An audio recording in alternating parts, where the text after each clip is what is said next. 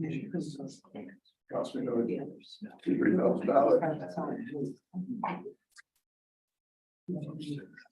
Yeah. That's a big thing.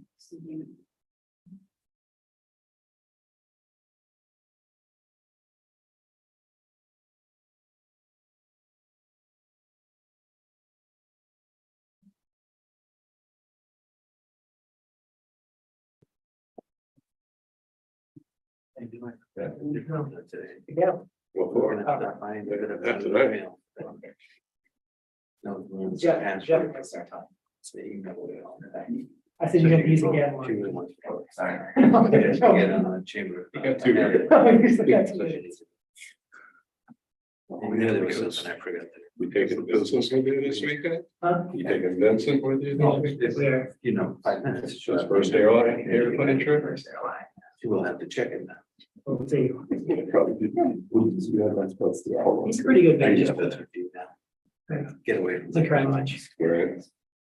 Email, I'm gonna go on. You never know what to take off, Microsoft. if their ears pop or not, so Yeah. feed them. You have to feed him. Yeah, Yeah, that's what I would say. And then suck on the gas fire too. That's what works. Okay. Oh, that's for lunch. I was just gonna say, what? Take off and land.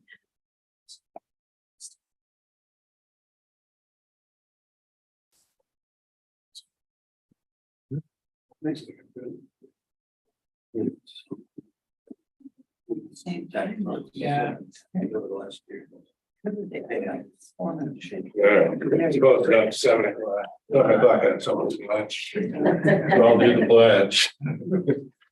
I pledge allegiance to the flag of the United States of America and to the republic for which it stands, one nation, under God, indivisible, with liberty and justice for all. Thank you. Roll call there? Yeah, John Leo. Here. Jamie Melky. Here. Matt McGarrett. Yes. Nancy Rondell. Yep. John Cops. Here. You have a quorum. Very good. Citizens comment, if you got something to speak to us about that's not on our agenda tonight, this is your opportunity. Real quick, I apologize in advance. I had both meetings in October. I spoke with Victor. I will not be here. We will have somebody here. I have a meeting and a seminar, each one. So I'll study the agenda ahead of time. I'll address any issues and somebody will be here to represent us. So I apologize in advance. Shame on you. I only have to miss two since I've been here. So, we'll have somebody here. Yeah. For those that are on Zoom, if you ever have something to say, just raise your hand and I will unmute you.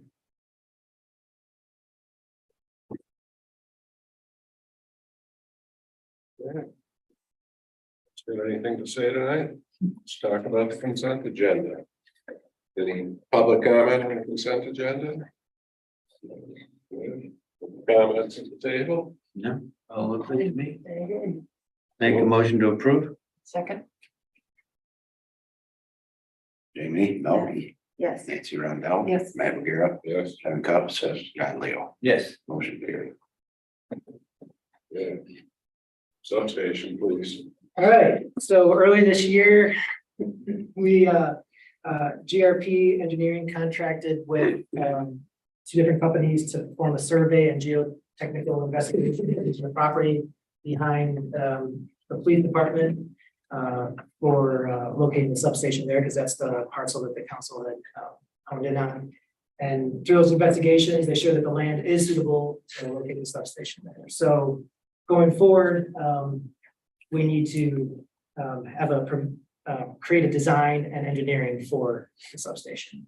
We have a general site plan, which is in your packet, just showing the general location, but of course, we need to get up into details there. So the purpose really of this meeting is kind of go over the details, proposal from GRP Engineering. It kind of breaks down the costs and the timeline for going forward and the services that they provide. As you know, GRP, we have used them historically for our electric system for all of our projects, and our purchase policy, what they said, consultants, we generally don't seek out another engineer or another attorney, for example, that's our regular consultant unless necessary. But this is such a large scale costs for the substation and 46 kV design and engineering. Want to make sure council had the opportunity to review those costs and if they're comfortable with going forward with our GRP engineering, or if they want to seek out other bids potentially. We also want to just, again, go over the costs and the details here just before we start the design process in case council has any suggestions, changes or options. Remember, the substation is really two main parts. There is a substation itself, which is going to be located right behind the police station there. And there's also the rebuild of the 46 kV, I don't know, I put 47 kV, but it's a 46 kV line that extends from the substation on Conway Road down to Bester Road, down Hoyt to Lake there. So those two parts are part of the same, or two different projects, but are both necessary to construct a substation. So as you see the costs here, the estimated costs right now are about $5.87 million for the whole project, estimating about $3.8 million for the substation, $2 million for the 46 kV line rebuild. Engineering fees for those are about $350,000. The timeline has it, and I'll pass over this to Michael to go into some more details and explain a little bit more, but the timeline really has the project kicking off soon. We need to order a transformer as soon as possible. We also need to order some material for the 46 kV line, so we need to start doing that soon. But the substation is expected to be completed, or hope to be completed before the summer of 2026, and the 46 kV line will be completed before then. So that's basically what I have. I'll let Michael speak, but then we can start a conversation about financing, as we mentioned several times before, that this is a project that would need to be bonded. And Nick, city clerk, is looking into that right now. And also, this conversation doesn't necessarily need to happen right now, but if it is the substation is located behind the police station, we either need to reconfigure the deer park, shift it somewhere else, or move it to another location. So I didn't mention that in here. It doesn't need to be decided now, but it's something we need to think about that should be decided probably by next spring before we start before we present the final design to planning commission and council. So Michael, if you want to just give a little summary of your proposals, I've included them in the packet, but just talk a little bit more detail about them. Absolutely, Victor. Thank you. Appreciate it. And very nice job with giving the summary. That pleases me that it's very clear, the understanding of the project here that we've been talking about for some time now. Again, from a scope standpoint, as Victor stated, this is really a two-part project. It is construction of the substation here on the site, and then rebuild of the existing overhead transmission pole line coming in from the Clayton Road location. The 46 kV transmission line, and I think this is again important to point out that the preliminary design as presented, as has been discussed, will come in underground from the Hoyt and Lake intersection all the way into the station. So it would not be adding any overhead lines coming in. The distribution circuit connections out of the substation will come out underground, will connect in up on 119 and also on the west side of the building here. All of that, again, will also be done underground, connecting to the existing overhead lines. The project does not include any conversion to underground of what is already in the air today. The key to this is material procurement, and that substation transformer, which again, we are seeing lead times at least 2 years. It fluctuates a little bit as we've done some projects here in 23, but around that 2-year mark following a bid evaluation and approval process. So that remains a key component to this project as a whole, is to get that transformer on order to make sure that it can be here within a couple of year time frame. We have broken out our proposals to match the construction of the substation and the transmission line separately. Although it is one project, you have to do them both. We can't have the substation without the transmission line. We do that for a couple of different reasons. One is the team that we put together for the substation, especially with this idea that the masonry wall architecturally matching what you have here to help with screening very much and disguising that substation. And also from the contractor side, that the transmission line, the contractor set, those who will bid to will be different, a little bit different schedule. Material there is only out around about a year right now to get conductor poles and insulators. Still sometimes is surprising, but a year after design and award from your standpoint. So we keep it separate. It's just a good dividing line. It doesn't then from a contractor side, you don't end up with one contractor. We can have multiple. And really construction will all be occurring roughly the same time, that 2025 timeframe, late 24 for the transmission line to start. And throughout the year of 2025 is when the majority of construction will occur. On the substation side, from our design team that we put together, I want to mention that we have been working on building this team and did our best to utilize local firms wherever possible. That is a key to when we do these projects, wherever we can keep those funds within the community, we want to do that. GRP engineering, we're in Petoskey, we're close. The civil engineering, Gosling Zubak Engineering, who is in Traverse City. We have worked with them for many, many years on substation projects. There are multiple utilities in the state that use them. They're very highly experienced. They're out of Traverse City. The structural engineering for the substation, that's all the foundation work, foundation for the masonry wall by JDH Engineering. They are down in the Granville area. We've worked for them for over 20 years in substation structural design, so they have a very long history.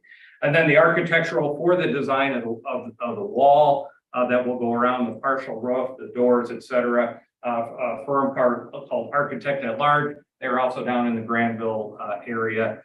They are on board for this project. So we built this team, and the proposal you see today just takes us through the design, engineering, and through the construction bidding phase of the project. So we will manage it all the way through, handle all the material procurement contracts on the city's behalf, construction contract, again, bid and award. And that is where this proposal ends.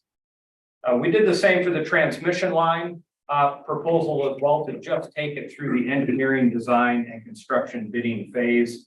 When we get into time for construction oversight, construction staking, at that time, it would be appropriate to present another proposal to you to get through that. But with that being at this point, could be a year or more out, it would be more appropriate to bring a proposal to you at that time for that aspect. Again, the substation, the idea is that architectural wall. So this team, we're pleased with who we have. We have a long-standing relationship, and know that substation project, when we get done, everybody will be proud of what we have and what we have been able to add into the system. Again, over onto the transmission line side, our scope of services is very similar to the substation. We'll handle the design, material procurement, but the survey work has not been done for the transmission line corridor.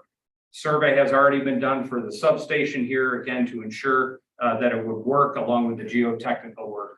The survey for the transmission line corridor has not been done. We have rolled that into our proposal. And on the team, again, is Gosling Zubak, who did all the survey work already for the substation side. So it made sense to bring them on board to do the rest. And again, they've been on a team that we have done many transmission and substation projects on.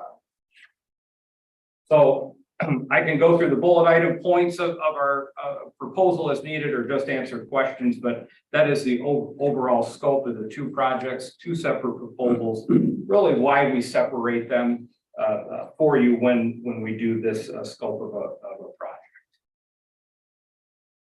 Thanks, Michael. Mayor, I don't know if you want to ask questions first of the council, or you want to go to public comment first? Do public first. Okay. Is there any public questions? Comments? You want to do in person first or then on Zoom? Sure. There was one. Go ahead, Mr. Brian. You had a question? No, I'm good. Oh, you were pointing up there. What's the size of the substation? Approximately 75 by 150 feet Oh. roughly. Just a game plan. So.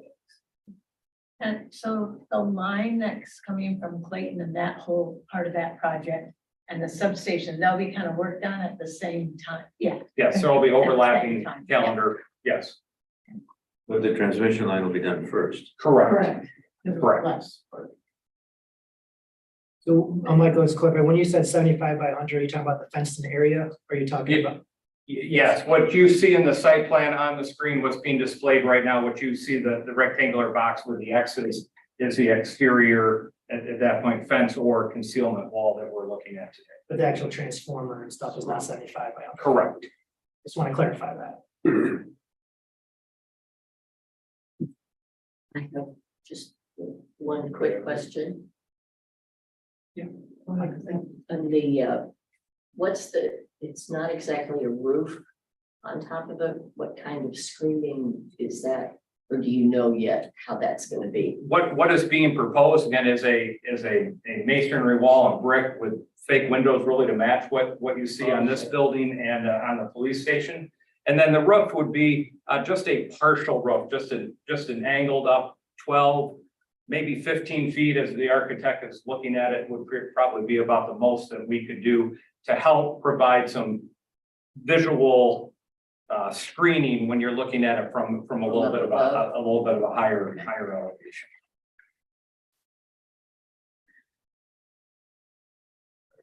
You have, yeah, Chip Everest. Chip, Hi, guys. Thanks for taking my call. I have a bit of an issue with this, clearly. As most of you know, I've commented on the council's decision to site the substation next door to the Deer Park. I reminded the council that there used to be a substation at that location. And in the words of a former council member, it was moved because it was butt ugly. A 35-foot structure would certainly be seen by everyone leaving town on 119. Not a very attractive reminder of our beautiful town. The biggest issue, though, that I have is the cost. The Deer Park site will cost at least $750,000 more than the Lake Street alternative site. While I truly believe that the city has not done enough in trying to propose an alternative site in an industrial area, the idea of spending $750,000 more just because is not okay. The city always complains about not enough funding. They were willing to impose parking fees or other unpopular initiatives to balance the budget. Paying an additional $750,000 just to please a few voters on Lake Street is totally inappropriate and reckless.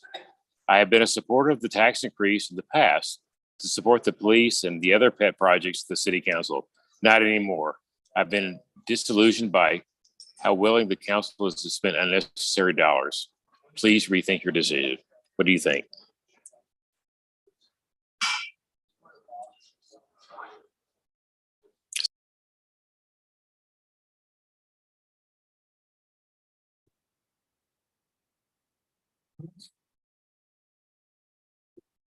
thanks, Michael. Council? You bring the line in from Lake and Hoyt. Is it a trench or a directional bore? It is proposed right now to be directional bore. Is that true of all of the underground lines that you'll be working on? That nearly all coming out of the substation for a short distance would be open trench, and then it would be transitioned to directional bore. But it would be in this area here. Correct. It wouldn't go outside of this area. Correct. You referred to rebuilding the 46K line. That implies that, is it a 46K line today? The existing overhead wood pole line between Clayton Road Substation and Hoyt and Lake Street is insulated and was originally operated as a 46,000 volt transmission line.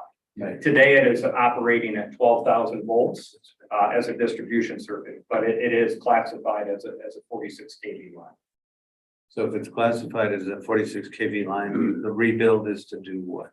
It's age. At this point, is one, age of the poles, age of the conductors and hardware that's up there. And secondly, we still need the distribution circuit, which that line today is operating as a distribution circuit. That still needs to be maintained between the substations for reliability.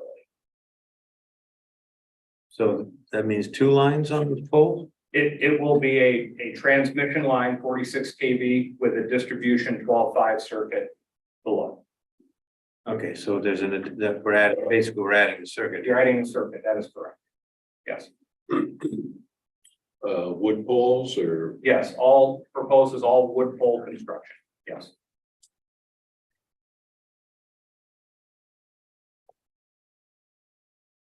I have a question about the screening, if you guys, do we have any idea of what a cost of green screening, like large trees would be as compared to the brick wall?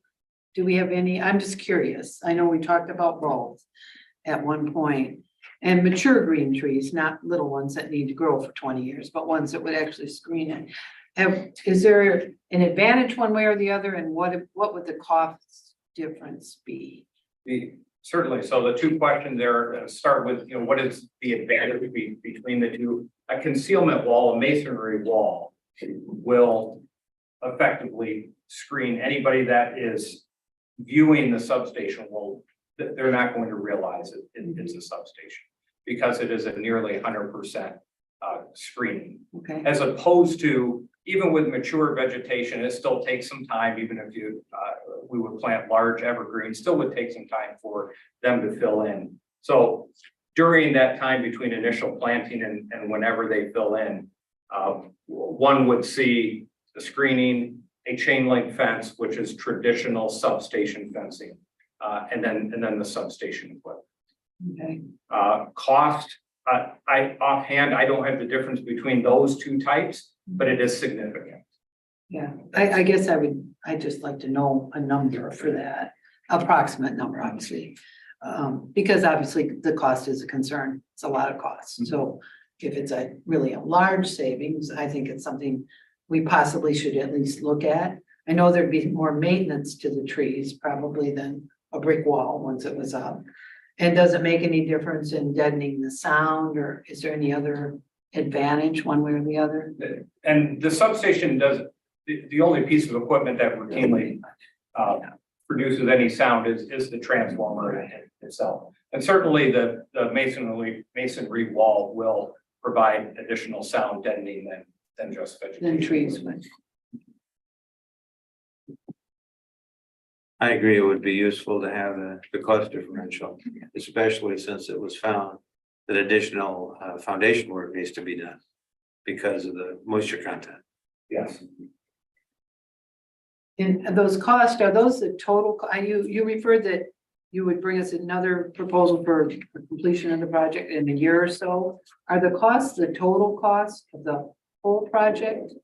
Yeah, so the cost estimates that are included Right, include construction, engineering, construction oversight, and contingency as so well. really a completion of the project, That the estimates are completing, it. complete. Okay, thank you. Yes.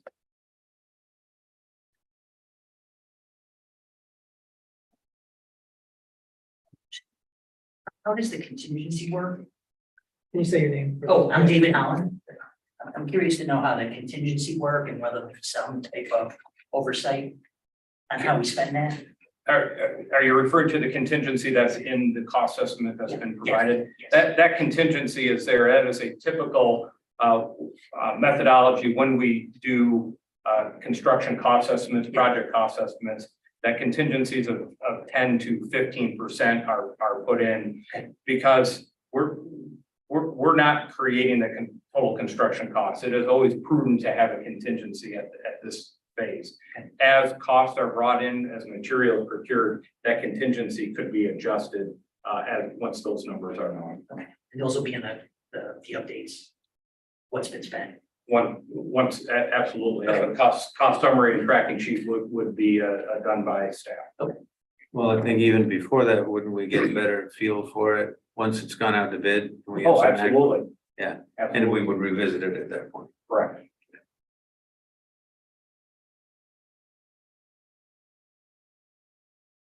Good segue into financing. Yeah. You're up, Nick. That's a lot of money. Yeah, obviously, you know, the coffers, we can cover some of the initial onslaught, but we really have to issue some bonds here and we need to get on this program quickly. If we're gonna have to order parts. Now, do these parts, transformers and whatnot, we order them, I'm assuming they want money down. Yes, All of it, probably. the transformer manufacturers all have different financing structures that we've seen in the bids received. Typically, it will be 30% of the total cost at award. And then it's usually 30, 30, 30, 10, spread out over Right. that time period. Now then, my question for you, and I'm guessing I know the answer is yes, but have you dealt with Benzinski?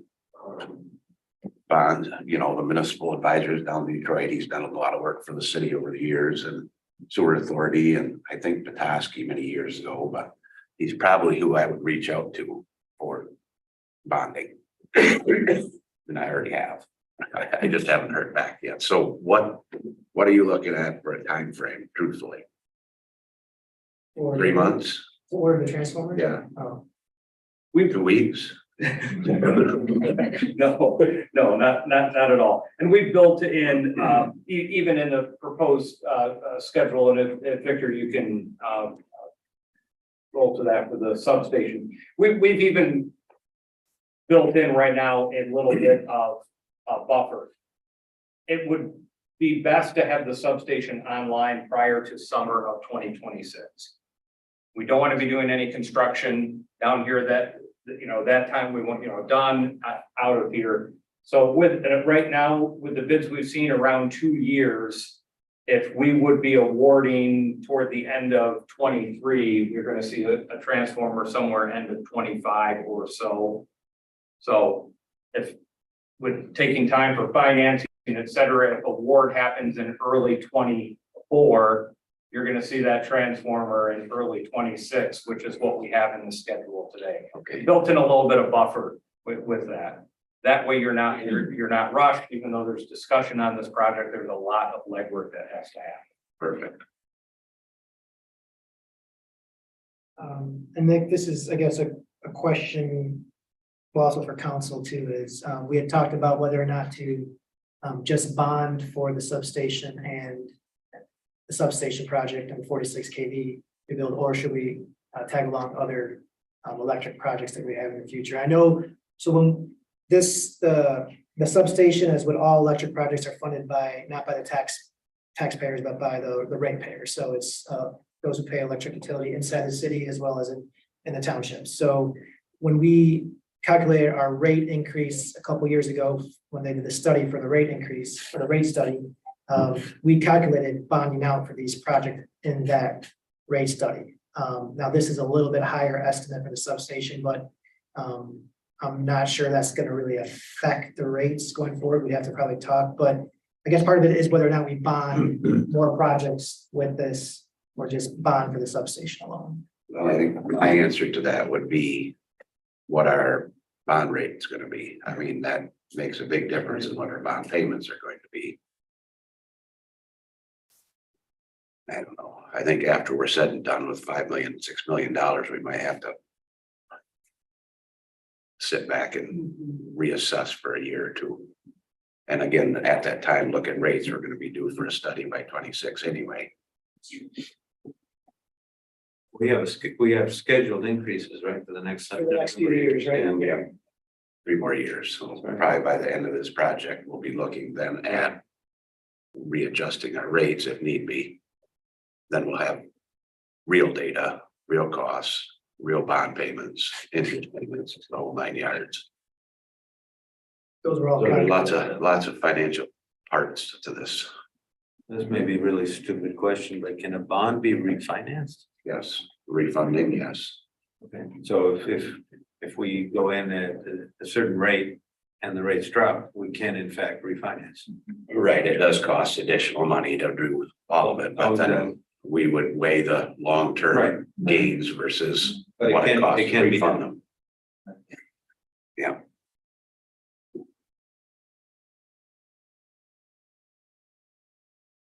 Question in the back. Shirley Snyder, just a small question. What about the deer park? Where is that gonna be relocated? Do we have money to do that if we have to buy land to do that? Or are we just gonna kind of poof them away? We haven't discussed that yet. But shouldn't that be in the amount of money that you're talking about?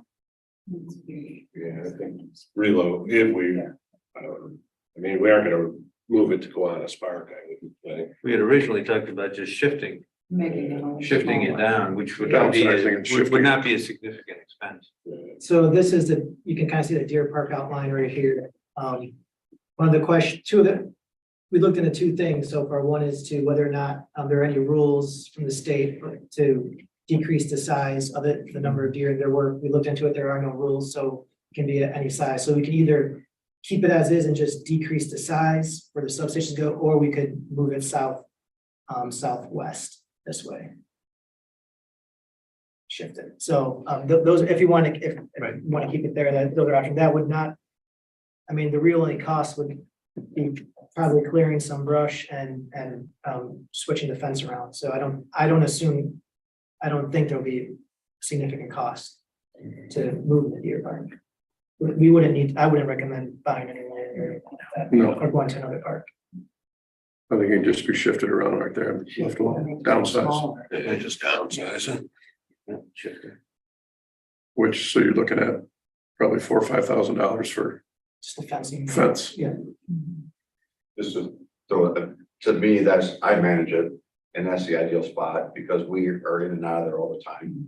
And we can keep an eye on it, somewhere in that proximity, compared to moving it, like you said, I agree not to move it. If we're gonna keep it, so I'm in favor of, but somewhere in that proximity down there would be perfect. We're in and out all the time in case somebody decides to do something, not saying we'll catch them, but at least it's supposed to, we see it.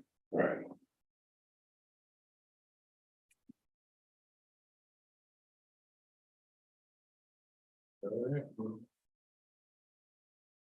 I guess what we would need, if there's no other questions or discussion from council, is a motion to move forward with the design, Real engineering, and procurement. quick, just to answer Chip's comments there, maybe a little bit.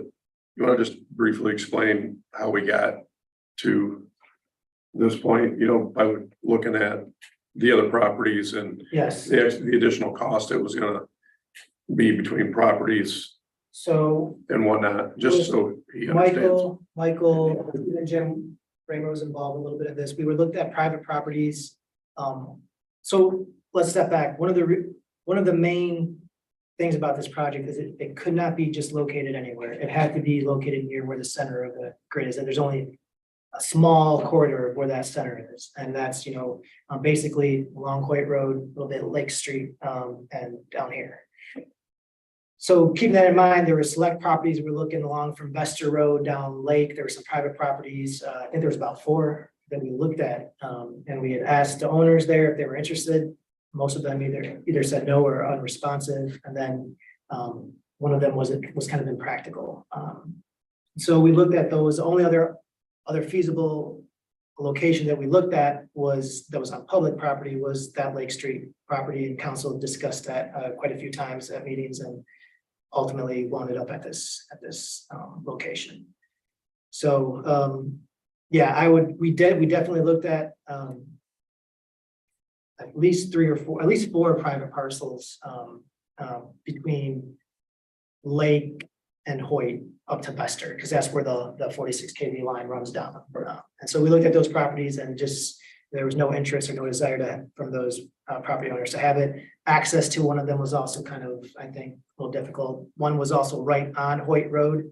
I think one of them was, it's kind of an empty parcel where Wallstrom dock and dredges, and it was right on Hoyt Road, but it was also, they were not interested in having that as a transformer site. So we're left with what public parcels we had in this vicinity. So the further we move out move it out of the center of the grid. Michael, you can maybe speak to this a little bit more, but then it kind of defeats the purpose of building a second substation.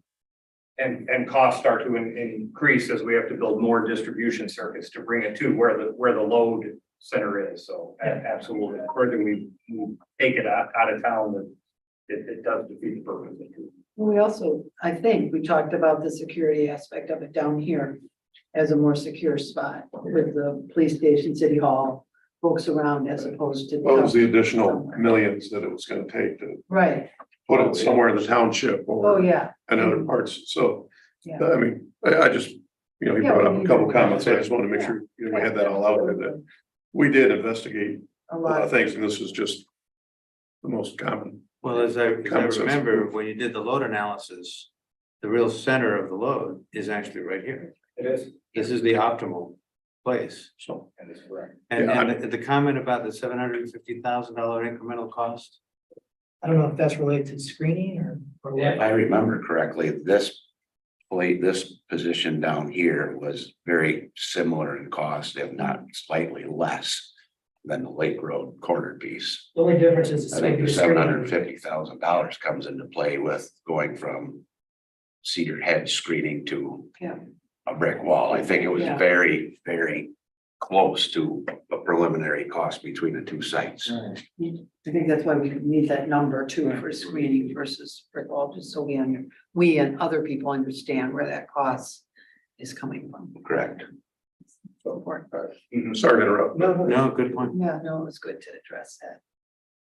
So you need a motion to Yeah. move forward with the design phase. The Detailed design- design. the design and engineering phase, so essentially continue contract with JRP to begin that process. And also, I think that motion should include authorization to begin looking into bonding as well as starting the process for procurement of these goods, like the transformers and other materials. So as I imagine, when we go for a transformer, we're gonna put it out to bid, and we'll bring out selection the council would choose from, but we need to go forward with starting that process so we can get that ordered. Yeah. Now, to be clear, the transformers we're talking about are to replace transformers on the existing substation or for the new substation? One transformer for the new substation. Wasn't there discussion about the age of the transformers at the Clayton Road? Yes. And the risk that we had because we didn't even have a backup? Right, when we go back and look at the study and the options. If there's not a substation here, those transformers at Clayton Road. It was because of the peak loads. Well, Yeah, exactly. yeah. Okay, thank you. That was great. Okay. Chip has his hand up. Mayor Chip has a question. Chip? Chip, Yeah, thanks, guys. Can we get more discussion about the cost difference between the Lake Street station and the Deer Park station, please? The 750,000. I do think believe it's Chip was real. I think Chip was asking if they could see the cost difference between this location and the Lake Road, Lake Street location. Do you have that on, Michael? I was looking to see if I had that at my fingertips. Unfortunately, I don't believe I do. I apologize. It's not part of the discussion.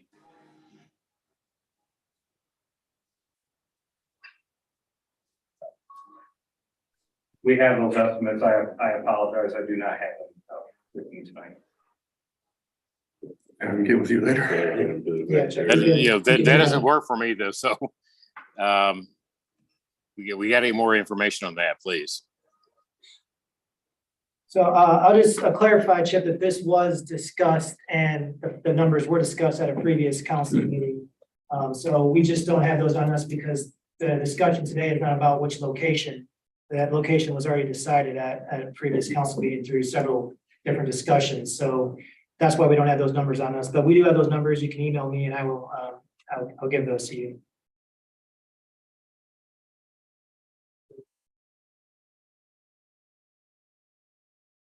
But that was the motion that we would need was to go forward with this process. I would make a motion to proceed with the design and engineering as discussed, to be revisited once they're done, and then to go out to bid. And bonding. Oh, well, he's already started, but yes, and to allow the city to enter into negotiations or discussions regarding bonding for the project. Second. Matt Bugira, Yes. Nancy Rondell, Yes. John Cups, Yes. Jamie Melky, Yes. and John Leo. Yes. Motion carried. Thank you, Michael. Now, correct me if I'm wrong, I should have asked this prior because, I mean, it's a moot point, but if we go out, start the process, go out for bids on whatever it is, we need to get the ball rolling, transformer, yada, yada. Obviously, if it comes into something that we were not expecting here, we can revisit at that time and say, all right, we need to back the train up a year or do something differently. We're not obligated at that point. Correct, not until you Sign contracts. sign that contract. Yeah. And then outside of the motion, but certainly something I think we want to see is the cost differential to screen versus a brick wall. Yeah, understood. It's very important. So I will submit those to you, Victor. Thanks. Okay, so the next item on the agenda, before we go into closed session, is we have the student board member appointees. We had 6 students apply for 4 board positions. As you know, we have student positions available for the DDA, the Parks Board, Planning Commission, and the Tree Board. I discussed with the chairs of each of these boards for the applicants, and these are the recommendations we have for the boards. It's always hard when you have to tell a couple students they can't serve, but it's great that we have multiple students wanting to serve on our board. So these are the recommendations from staff and the board chairs. All in one motion of council. I did supply the applications to council separately. I just got their information from the public packet because it includes contact information. David Holland? Yes. Is there any reason we wouldn't just put all 6 on? The way we have it is, we have a program that we started that there's 1 student position for each. Okay. No, I know, and we've talked It's about, a non-paid position and it's experience. I don't know why we would. there was 1 year where we had 9 or 10 applicants, and it could get, some of these boards, like the Plan Commission, not Harbor Commission on here, but Plan Commission and DDA have 9 or 10 people on it, so even fitting that many students in. But I get it, we've talked about that before. I know 3 of the young ladies and they're all sharp. Interested in doing it, I think. That's a great I'll program. make a motion, yes. I'll second. Sure. I guess we can just all in favor, say aye. Aye. Opposed. Opposed? Yeah, in a while. It's kind of like that. We'll do a quick city manager report and then we can go into closed session. All right. Just a reminder, so the rain garden event was rescheduled. Originally it was supposed to happen in late August, but it's rescheduled now to September 22nd at 10:30 a.m. There will be a little discussion here at City Hall. And then there'll be lunch and then there'll be the installation of the actual plants, flowers at Ottawa Stadium parking lot. So that's this Friday. Fall Fest is returning at Marina Park on October 7th. Fall leaf and brush pickup is beginning on Monday, October 2nd, and it's going to go through mid-November. We also held a meeting, the city held a meeting with potential bidders for Judd Hill Wall. We received those bids actually today and opened them, so we're coming back to council to select the bid on October 2nd for Judd Hill.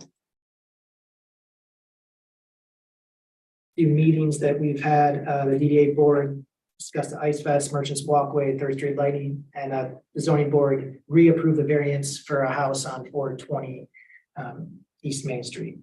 I had a couple MPPA meetings, rain garden meeting, and a Northern Michigan lunch meeting, city manager lunch meeting in Kingsley. I also have going to a conference in Marquette for the NMEA and BPA this week, so I'll be unavailable for a few days for that. Okay. Why did we reapprove the variance? Okay, so the variance, they have a 1 year limit, yeah. So they had to come back here. It's allowed.